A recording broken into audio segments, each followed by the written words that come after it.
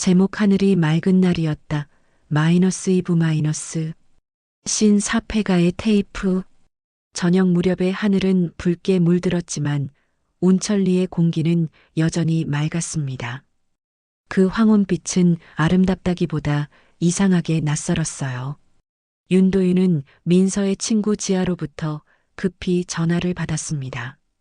지아의 목소리는 떨렸고 주위를 살피는 숨소리가 섞여 있었습니다. 기자님, 말씀드릴 게 있어요. 학교 근처 폐가로 와주세요. 도윤은 즉시 차를 몰아 마을 외곽으로 향했습니다. 도로는 비포장이라 바퀴가 흙먼지를 일으켰고 라이트가 비출 때마다 나뭇가지 그림자가 요동쳤어요. 그는 폐가 앞에서 차를 세우고 주위를 둘러봤습니다. 건물은 오래된 콘크리트 구조물로 창문이 거의 깨져 있었어요. 문틈 사이로는 서늘한 공기와 곰팡이 냄새가 흘러나왔습니다. 안으로 들어서자 낡은 마룻바닥이 삐걱거렸습니다. 도윤의 손전등 불빛이 벽을 훑자 오래된 낙서들이 눈에 들어왔습니다.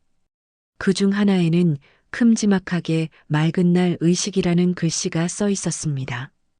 글씨 옆에는 촌농 자국이 여러 개 찍혀 있었고 주변엔 끈적한 무언가가 말라붙어 있었어요. 도윤은 불길한 느낌을 떨치지 못했습니다. 지아는 구석에서 몸을 웅크린 채 앉아 있었습니다. 그녀는 눈밑이 퀭했고 손에는 낡은 신문 조각을 쥐고 있었습니다. 이거 보세요. 이 기사 다 똑같아요. 신문에는 20년 전 운천리에서 발생한 맑은 날 실종 사건이 실려 있었습니다. 실종자 사진 속에는 한지훈의 여동생 이름이 적혀 있었어요. 도윤은 놀란 눈으로 지아를 바라봤습니다. 지아는 입술을 깨물며 고개를 끄덕였습니다. 경찰관 아저씨, 그때도 있었대요. 그 사람 지금도 무언가를 지켜요. 그녀의 말은 불안과 확신이 뒤섞인 속삭임이었습니다.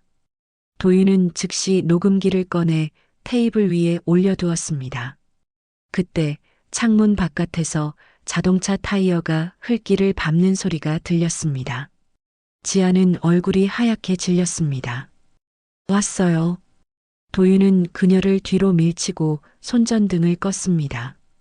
바깥에서는 엔진이 멈추고 차문 닫히는 소리가 뚜렷하게 들렸습니다. 한지훈이었습니다. 그는 문을 열고 들어와 천천히 주변을 훑었습니다. 이런 곳엔 왜 있습니까, 기자님?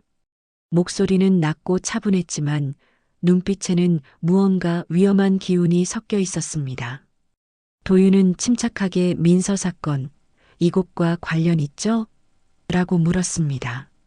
지우는 대답 대신 바닥을 발로 툭 쳤습니다. 낡은 마루 아래에서 금속이 부딪히는 소리가 났습니다. 여긴 오래된 기억을 묻은 곳이죠. 잊혀져야 하는 것들 말입니다.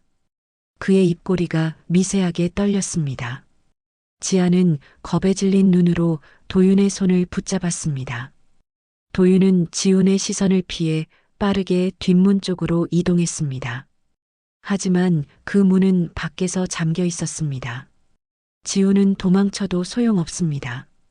기자님도 이제 봤으니까요. 라며 느릿하게 다가왔습니다. 그 말에 도윤은 순간적으로 책장을 뒤엎었습니다. 그 아래에는 먼지 낀 테이프 상자가 숨겨져 있었습니다. 지훈이 다가오자 도윤은 테이프 하나를 움켜쥐고 창문 쪽으로 몸을 던졌습니다. 깨진 유리 조각이 팔을 스쳤고 피가 흘러내렸습니다. 바깥으로 나간 그는 곧바로 차로 달려가 시동을 걸었습니다. 지아가 따라 나오려 했지만 지훈의 손이 그녀의 팔을 낚아챘습니다. 그 아이는 안 됩니다. 그의 목소리는 차갑고 낮았습니다. 도윤은 뒤를 돌아볼 틈도 없이 폐가를 벗어났습니다. 거친 숨을 몰아쉬며 핸들을 잡은 그의 손은 떨리고 있었습니다. 조수석 위에는 피 묻은 테이프 한 개가 놓여 있었습니다. 차가 산 아래로 내려가자 비처럼 작은 먼지가 쏟아지기 시작했습니다. 그러나 하늘에는 여전히 구름 한 점 없었습니다. 그는 마을을 벗어나자마자 차를 세웠습니다. 핸드폰을 꺼내 테이프를 카메라로 비추자 희미한 글씨가 보였습니다. 운천리 기록일이라는 문구였습니다. 그는 노트북을 켜고 테이프를 재생했습니다. 잠시 후 화면에 잡힌 첫 장면은 민서의 얼굴이었습니다. 민서는 어딘가 좁은 방 안에 앉아 있었어요. 그녀의 눈동자는 두려움에 가득 차 있었고 입술이 떨리고 있었습니다. 도와주세요라는 입모양만이 보였습니다. 그 뒤로는 낯익은 경찰 제복이 스쳤습니다. 그리고 화면은 갑자기 정지되었습니다. 도윤은 손을 떨며 노트북을 닫았습니다. 지훈 당신이었군요. 그의 목소리는 분노보다 슬픔에 가까웠습니다. 창밖을 바라본 그는 다시 한번 하늘을 올려다봤습니다. 그 하늘은 여전히 맑았고 태양빛은 너무나 차갑게 느껴졌습니다. 신오불타는 진실의 밤. 산 아래로 내려온 윤도윤의 차는 흙먼지를 일으키며 멈춰 섰습니다. 그의 숨은 가빠졌고 손끝은 아직도 피로 붉게 젖어 있었습니다. 조수석 위에 놓인 테이프 한 개가 희미한 반사빛을 냈어요. 도윤은 떨리는 손으로 노트북을 켜고 그 테이프를 재생했습니다. 화면이 깜빡거리며 녹음된 영상이 시작되었습니다. 낡은 영상 속에는 좁은 방이 보였습니다. 벽에는 신문 조각이 붙어 있고 천장에서는 벌레가 느리게 움직였습니다. 그 중앙에 앉은 이는 민서였습니다. 눈가가 부어 있었고 입술은 말라 있었습니다. 그녀의 시선은 카메라를 향해 떨리며 고정되어 있었어요. 여기서 나가게 해주세요. 그녀의 입모양이 그렇게 말했습니다. 뒤쪽 어둠 속에서는 경찰 제복의 어깨가 스쳤습니다.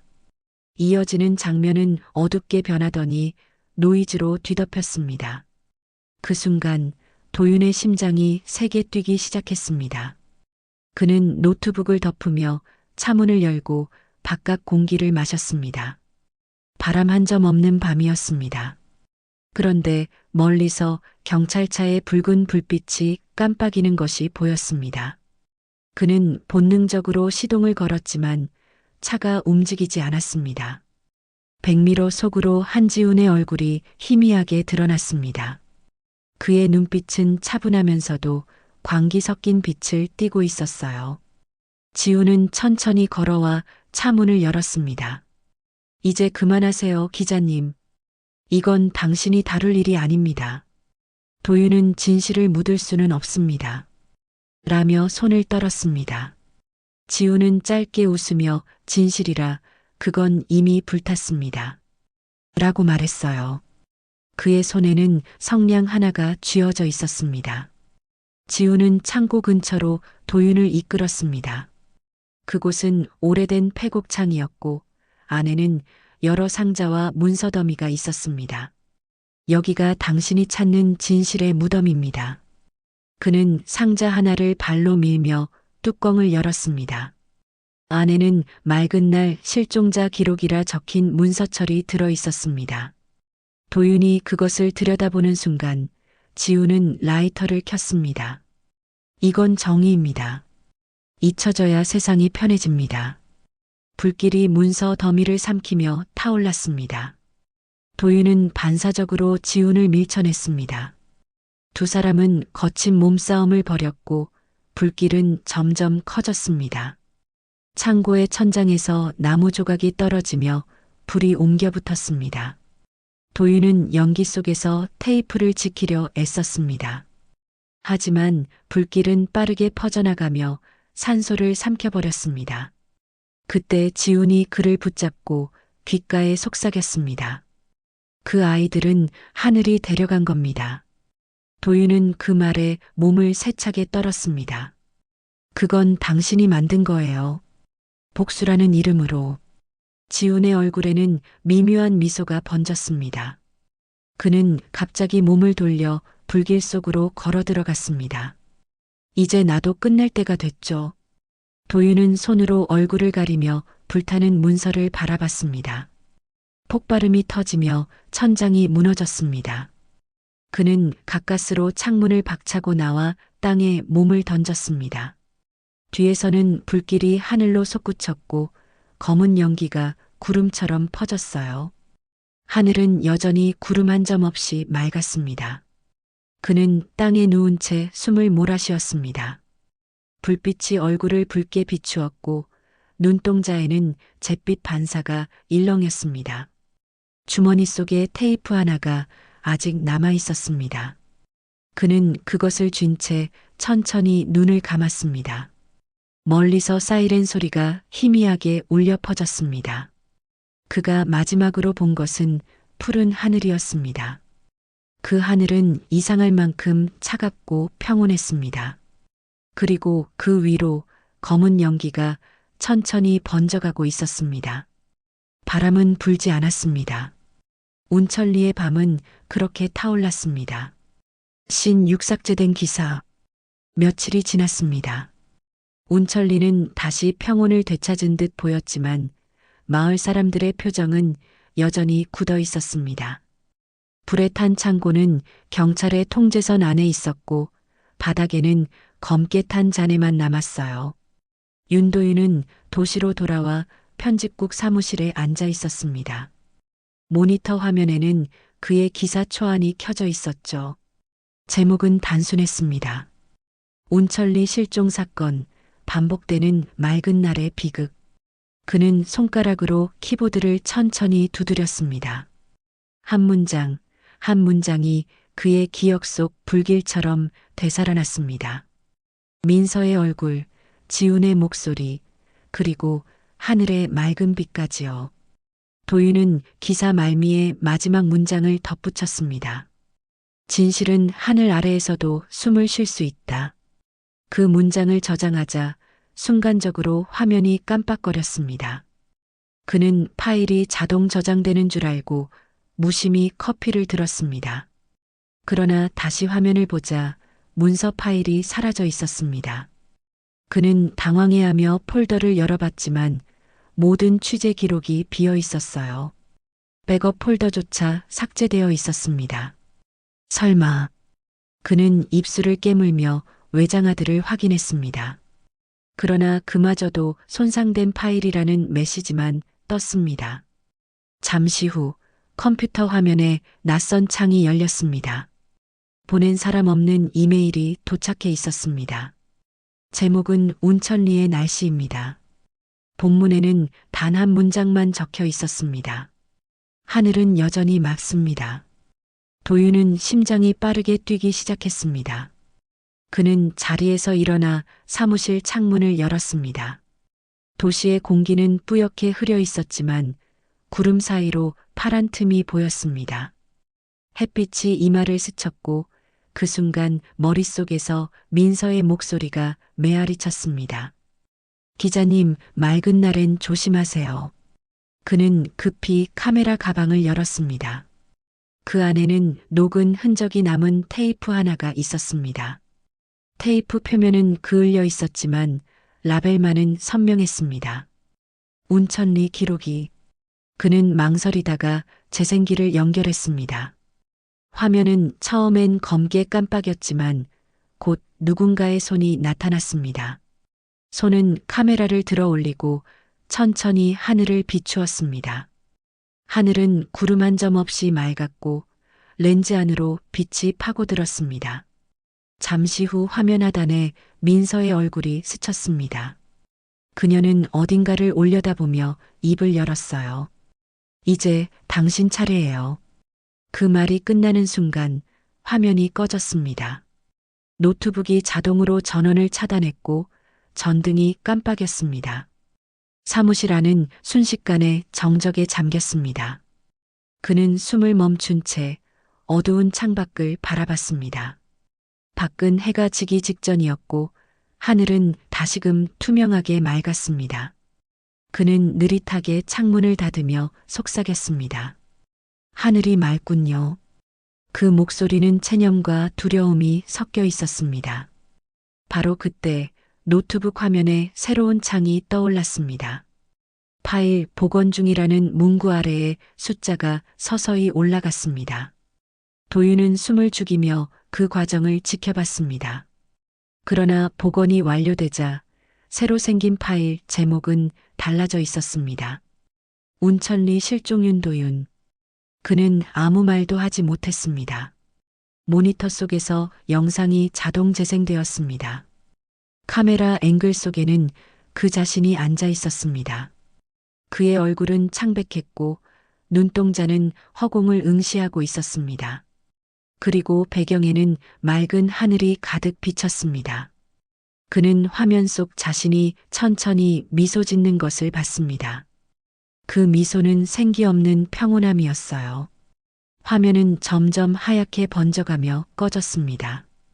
사무실의 불이 깜빡이며 나갔고 정적만이 남았습니다. 그 순간 창밖에서 천천히 바람 한 줄기가 불었습니다. 운천리의 하늘이 다시 떠오르는 듯 했습니다. 신7 카메라 속의 아이들. 다음 날 아침 윤도윤 기자는 출근하지 않았습니다. 편집국에서는 그의 자리를 비워둔 채 연락을 시도했지만 휴대폰은 꺼져 있었습니다. 그의 숙소로 찾아간 동료 기자는 불에 그을린 취재 노트만 발견했습니다. 책상 위엔 커피가 반쯤 식은 채로 남아 있었고 창문은 반쯤 열려 있었습니다. 커튼이 흔들릴 때마다 방 안에는 탄내가 희미하게 스며들었어요. 경찰은 단순 실종으로 보고 조사를 시작했습니다. 하지만 숙소 CCTV는 이상하게도 작동하지 않았습니다. 지훈의 사건 이후로 마을 전체가 감시를 꺼린다는 이유였습니다. 주민들은 기자의 행방에 대해 아무 말도 하지 않았어요. 누군가는 그도 결국 하늘을 봤다더라라며 낮게 속삭였습니다. 며칠 뒤 초등학교 운동장에서는 아이들이 모여 있었습니다. 아이들은 하늘을 올려다보며 손으로 햇빛을 가리고 있었어요. 그중 한 소년이 바닥에 반짝이는 것을 발견했습니다. 그것은 낡은 카메라였습니다. 카메라 렌즈는 금이 가 있었지만 붉은 불빛이 여전히 켜져 있었습니다. 소년은 호기심에 카메라를 들었습니다. 작은 손가락이 재생 버튼을 누르는 순간 화면이 번쩍했습니다. 화면에는 누군가가 천천히 하늘을 비추는 장면이 나왔습니다. 이어 민서의 얼굴이 스쳐 지나갔고 곧이어 윤도윤의 얼굴이 나타났습니다. 그는 정면을 응시하며 무표정하게 입을 열었습니다. 여긴 아직 끝나지 않았습니다. 그 목소리는 낮고 울림이 없었지만 분명 그의 것이었습니다. 화면이 흔들리며 다른 인물들이 보이기 시작했습니다. 그 중에는 경찰 제복을 입은 지훈의 실루엣도 있었어요. 그의 얼굴은 불빛에 반쯤 가려져 있었지만 미소만은 선명했습니다. 화면이 전환되며 민서와 또 다른 소녀들의 모습이 나왔습니다. 그들은 한 줄로 서서 하늘을 바라보고 있었습니다. 배경에는 하얀 구름 한 점 없는 푸른 하늘이 가득했습니다. 아이들의 그림자는 길게 늘어져 서로의 발끝을 덮고 있었어요. 그 순간 화면에 붉은 글자가 떠올랐습니다. 의식은 계속된다. 글자는 몇 초간 번쩍이더니 화면이 꺼졌습니다. 아이들은 아무 말도 하지 못한 채 카메라를 바라봤습니다. 소녀는 천천히 손에서 카메라를 내려놓았어요. 그의 얼굴에는 미묘한 두려움이 스며 있었습니다. 그때 운동장 위로 바람이 불었습니다. 아이들의 머리카락이 날렸고 하늘은 유난히 밝았습니다. 한 여자아이가 조용히 속삭였습니다. 오늘 너무 맑다. 그 말이 끝나자 카메라의 붉은 불빛이 다시 깜빡였습니다. 교사는 아이들에게 안으로 들어가자고 외쳤습니다. 아이들은 천천히 교실로 향했지만 한 아이만 뒤를 돌아봤습니다. 그 아이의 눈동자에 맑은 하늘이 반사되어 있었어요. 그 속에는 사람의 형체가 희미하게 스쳐 지나갔습니다. 카메라의 불빛은 아직 꺼지지 않았습니다. 그날 오후 교무실 책상 위에는 카메라가 놓여 있었습니다. 누가 가져왔는지는 아무도 몰랐습니다. 교사는 그 카메라를 보관함에 넣고 자물쇠를 채웠습니다. 하지만 몇 분 뒤 그 불빛이 유리문 틈으로 새어나왔습니다. 그리고 다음 날 또 한 명의 아이가 등교하지 않았습니다. 신8 다시 맑은 날. 몇 년의 시간이 흘렀습니다. 온천리는 겉보기엔 더 조용해졌고 새로 지은 집들이 산자락을 따라 늘어서 있었습니다. 사람들은 더 이상 실종 사건을 입에 올리지 않았어요. 그 일은 마치 오래된 악몽처럼 묻혔습니다. 하지만 그 평온함은 마치 비닐막처럼 얇고 안쪽에서는 여전히 무언가 꿈틀대고 있었습니다. 어느 맑은 봄날 새로 이사온 가족이 마을 입구로 들어왔습니다. 젊은 부부와 초등학교 3학년쯤 되어 보이는 딸이었어요. 아이의 이름은 소연이었습니다. 그녀는 처음 보는 풍경에 들뜬 듯 고개를 이리저리 돌렸습니다. 햇살은 부드럽게 비쳤고 마을 사람들은 미소로 그들을 맞이했습니다. 그날 오후 가족은 짐을 정리하며 새 집을 둘러보았습니다. 마당 끝에는 오래된 우물이 있었고 벽 근처에는 낡은 창고 하나가 있었습니다. 아버지는 조만간 정리해야겠다라고 말하며 문을 열었습니다. 안에는 먼지 쌓인 상자들과 녹슨 자전거, 그리고 검은 가방 하나가 있었습니다. 소연은 호기심에 다가가 가방의 지퍼를 열었습니다. 가방 안에는 오래된 카메라가 들어 있었습니다. 렌즈에는 먼지가 덮여 있었고 작은 붉은 불빛이 깜빡이고 있었습니다. 이거 아직 켜져 있네? 소연은 무심코 버튼을 눌렀습니다. 카메라 화면이 켜지며 낯선 숨소리가 흘러나왔습니다. 그녀는 화면을 바라봤습니다. 처음엔 어두운 방이 나왔고 이어 누군가의 발소리가 들렸어요. 화면이 흔들리며 비쳤던 마지막 장면은 파란 하늘이었습니다. 그 하늘 속에서 무언가가 천천히 움직이고 있었습니다. 그건 얼굴 같았어요. 소연은 카메라를 떨어뜨렸습니다. 바닥에 부딪힌 카메라에서 짧은 노이즈가 흘러나왔습니다. 소연, 낮고 선명한 목소리가 들렸습니다. 아이의 얼굴이 순식간에 하얗게 질렸습니다. 엄마. 소연의 외침에 부모가 달려왔습니다. 그러나 카메라를 들어 올렸을 때 화면은 이미 꺼져 있었습니다. 배터리가 완전히 방전된 상태였어요. 아버지는 고물인 줄 알았는데 아직 작동하네라며 웃었습니다. 그날 밤 소연은 잠을 이루지 못했습니다. 창문 밖으로 달빛이 비쳤고 고요한 바람이 커튼을 흔들었습니다. 그녀는 이불을 덮은 채 천천히 눈을 떴습니다. 벽 쪽에서 희미한 붉은 빛이 깜빡이고 있었습니다. 카메라였습니다. 붉은 불빛은 일정한 간격으로 깜빡였고 그 주위에 작은 그림자가 생겼습니다. 소연은 몸을 일으키며 카메라를 바라봤습니다. 그 렌즈 속에는 자신의 얼굴이 비치고 있었습니다. 하지만 그 뒤에는 누군가의 실루엣이 겹쳐 있었습니다. 그 실루엣은 그녀의 어깨 너머에 서 있는 듯 했어요. 소연은 천천히 뒤를 돌아봤습니다. 아무도 없었습니다. 그녀는 눈을 크게 뜬 채 숨을 삼켰습니다. 그 순간 카메라가 스스로 찰칵 소리를 냈습니다. 그리고 화면에는 새 사진이 저장되었습니다. 사진 속에는 소연이 창문 앞에 서 있었습니다. 그녀의 뒤로는 맑은 하늘이 가득했습니다. 그 하늘 한가운데에 희미한 얼굴 하나가 번져 있었습니다. 그 얼굴은 미소 짓고 있었습니다. 다음 날 소연은 학교에 가지 않았습니다. 이선옥 할머니는 오래된 라디오를 끄며 낮게 중얼거렸습니다. 그래서 내가 말했지요. 맑은 날엔 나가지 말라고. 그녀는 창문을 닫고 커튼을 드리웠습니다. 그러나 커튼 사이로 새어나온 햇살은 여전히 환했습니다. 하늘은 오늘도 구름 한 점 없이 맑았습니다.